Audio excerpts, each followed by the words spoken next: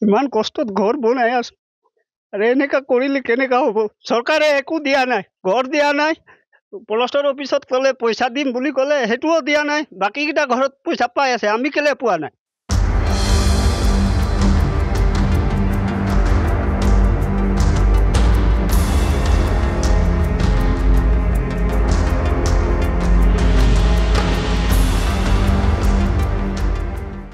হয়, এই দীৰ্ঘদিনীয়া সমস্যাৰ সমাধান কেতিয়া হ'ব?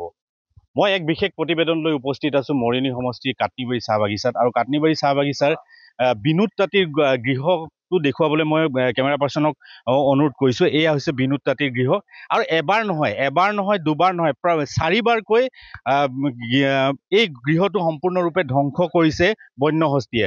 মৰিয়নিৰ যি গিবন অভয়াৰণ্য আছে, গিবন অভয়াৰণ্যৰ পৰা খাদ্যৰ সন্ধানত ওলাই অহা হাতীৰ জাকে কিন্তু এনেদৰে 4বাৰকৈ এজনৰ গৃহ সম্পূৰ্ণৰূপে ধ্বংস কৰিছে। আৰু এটা গুৰুতৰ অভিযোগ উঠিছে যে এই গৃহ ধ্বংস 4বাৰ কৰাৰ পিছতো কিন্তু অসম চৰকাৰ বা বন বিভাগৰ পৰা এইসকলে আজিলৈকে কিন্তু কোনো উপযুক্ত যি সাহায্য সেই একোৱে পোৱা নাই।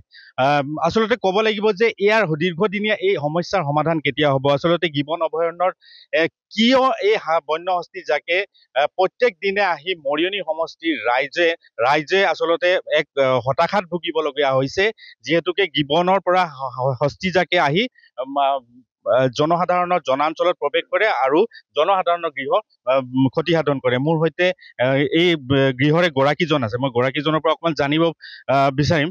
হয়, আচলতে পুৰা ঘটনাটো কওক। আপোনাৰ শুনিব পাইছো আপোনাৰ 4বাৰকৈ আপোনাৰ গৃহ ভাঙিছে আৰু আপুনি আজিলৈকে বন বিভাগ বা অসম চৰকাৰৰ পৰা কোনো ধৰণৰ সাহায্য পোৱা নাই, কি ক'ব? এতিয়া আজি 4বাৰ মান হৈ গ'ল। কালি ৰাতি 10টা বজাত আহিলে হাতীয়ে।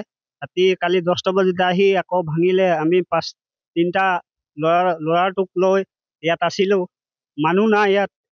ইমান কষ্টত আমি ঘৰ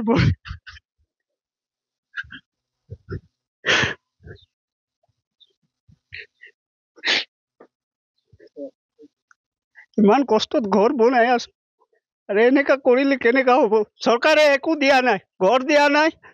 পলষ্টৰ অফিচত ক'লে পইচা দিম বুলি ক'লে, সেইটোও দিয়া নাই। বাকীকেইটা ঘৰত পইচা পাই আছে, আমি কেলে পোৱা নাই? ঘৰত লাইনো নাই। এফালে লাইন দিবলৈ ক'লো, লাইনো নিদিলে, একো নাই। মই পকা কাম কৰো, দিন হাজিৰা কৰো, আমিয়ে জানো কেনেকা চলিছো। ফালতু মানুহ হয়, আমি ফালতু মানুহ হয়। 4বাৰ হৈ গ'ল এইটো ভাঙা, একো বস্তু আমি পোৱাও নাই। ঘৰ এটা পাবলা ঘৰো এটা দিয়া নাই আমাক। আৰু আমিতো বেমাৰ চেমাৰো সদায় হৈ থাকো না। ফালতু চালতু মানুহ এনেকা আৰু ভাঙি থাকিলে আমি আৰু ক'ত পাম? হা? হয়, আচলতে ক'ব লাগিব যে যিহেতু ক্ষোভৰ বহিঃপ্ৰকাশ ঘটিছে আৰু খুব মৰ্মবেদনা। আচলতে যাৰ গৃহ ভাঙে সেইসকলেহে গম পায় নিজৰ বেদনাটো কি। মোৰ সৈতে স্থানীয় ব্যক্তিসকল আছে, মই তেখেতসকলৰ পৰা জানিব বিচাৰিম। আচলতে দীৰ্ঘদিনীয়া এটা সমস্যা, যিটো হাতী মানুহৰ সংঘাত। আৰু কাটনিবাৰী অঞ্চলত প্ৰায় দেখা যায় এনেধৰণৰ গৃহ হস্তীয়ে ভাঙি থৈ যায়। আৰু এখেতৰ ঘৰ 4বাৰকৈ ভাঙিছে, তথাপিও কিন্তু আজিলৈকে এখেতে কোনো ধৰণৰ সাহায্য পোৱা নাই, কি ক'ব গোটেই বিষয়টো? 4বাৰ মান তাৰ ঘৰটো ভাঙিছে। মই নিজে ৰেঞ্জাৰক ফোন কৰিছোঁ, ৰেঞ্জাৰে আহে, চকুত নিজে চাই গুচি যায়। ঠিক আছে, সহায় সহযোগ কৰিম, একো নকৰে। কালি ৰাতিও মই নিজে ফোন কৰিছোঁ, এতিয়ালৈকে ৰেঞ্জাৰো অহা নাই, এটো ডিপাৰ্টমেণ্টৰ মানুহো অহা নাই। কালি ফোন কৰিছোঁ, ঠিক আছে চাবলৈ যাম। আগতো তেনেকুৱা ভাঙিছিলে, ডকুমেণ্টছ দিছে, জমা কৰিছে অফিচত গৈ মেলি। ঠিক আছে, পঠিয়াম মানুহ পঠিয়াই ইয়াত আহে, ইয়াৰ পৰা আৰু গুচি যায়।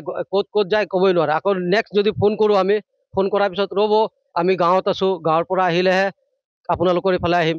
এইফালে আহোঁতে ঘৰ ভাঙিয়ে দিয়ে। যোৱাকালি তেনেকুৱা ঘৰ ভাঙিলে। আগতো মই ফোন কৰি ৰেঞ্জাৰক ক'লোঁ যে এনেকুৱা ঘটনা, যে মানুহ অন্তত সিহঁতৰ ঘৰত সহায় সহযোগ কৰক। কালিও মই সেইটো কৈছোঁ, কিন্তু ৰেঞ্জাৰে কৈছে মই ক'ৰ পৰা দিম, মইতো নিজৰ পকেটৰ পৰা দিব নোৱাৰোঁ, সেইটো চৰকাৰে দিয়ে, তেতিয়া দিবহে মই দিম বুলি কৈছে। হয়, ধন্যবাদ।